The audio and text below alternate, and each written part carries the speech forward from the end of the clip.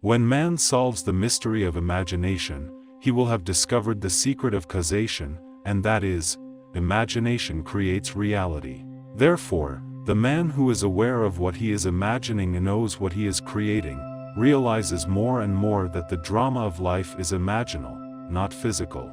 How do you do it? Self-abandonment. That is the secret. You must abandon yourself mentally to your wish fulfilled in your love for that state, and in so doing, live in the new state and no more in the old state. You can't commit yourself to what you do not love, so the secret of self-commission is faith, plus love. Faith is believing what is unbelievable. Commit yourself to the feeling of the wish fulfilled, in faith that this act of self-commission will become a reality. And it must become a reality because imagination creates reality. Imagination is both conservative and transformative. It is conservative when it builds its world from images supplied by memory and the evidence of the senses. It is creatively transformative when it imagines things as they ought to be, building its world out of the generous dreams of fancy. In the procession of images, the ones that take precedence, naturally, are those of the senses. Nevertheless, a present sense impression is only an image.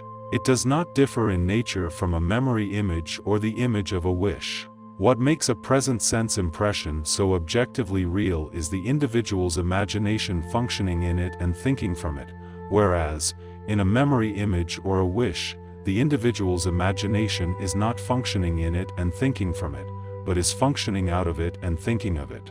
If you would enter into the image in your imagination, then would you know what it is to be creatively transformative, then would you realize your wish, and then you would be happy. Every image can be embodied, but unless you, yourself, enter the image and think from it, it is incapable of birth. Therefore, it is the height of folly to expect the wish to be realized by the mere passage of time. That which requires imaginative occupancy to produce its effect, obviously cannot be effected without such occupancy. You cannot be in one image and not suffer the consequences of not being in another. Imagination is a spiritual sensation.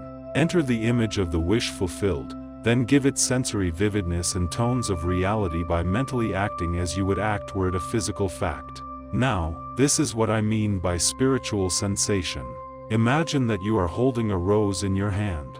Smell it. Do you detect the odor of roses? Well, if the rose is not there, why is its fragrance in the air? Through spiritual sensation, that is, through imaginal sight, sound, scent, taste, and touch, you can give the image sensory vividness. If you do this, all things will conspire to aid your harvesting, and upon reflection, you will see how subtle were the threads that led to your goal. You could never have devised the means which your imaginal activity employed to fulfill itself. If you long to escape from your present sense fixation, to transform your present life into a dream of what might well be, you need but imagine that you are already what you want to be and to feel the way you would expect to feel under such circumstances. Like the make-believe of a child who is remaking the world after its own heart, create your world out of pure dreams of fancy. Mentally enter into your dream, mentally do what you would actually do. Was it physically true? You will discover that dreams are realized not by the rich, but by the imaginative. Nothing stands between you and the fulfillment of your dreams but facts, and facts are the creations of imagination. If you change your imagination, you will change the facts.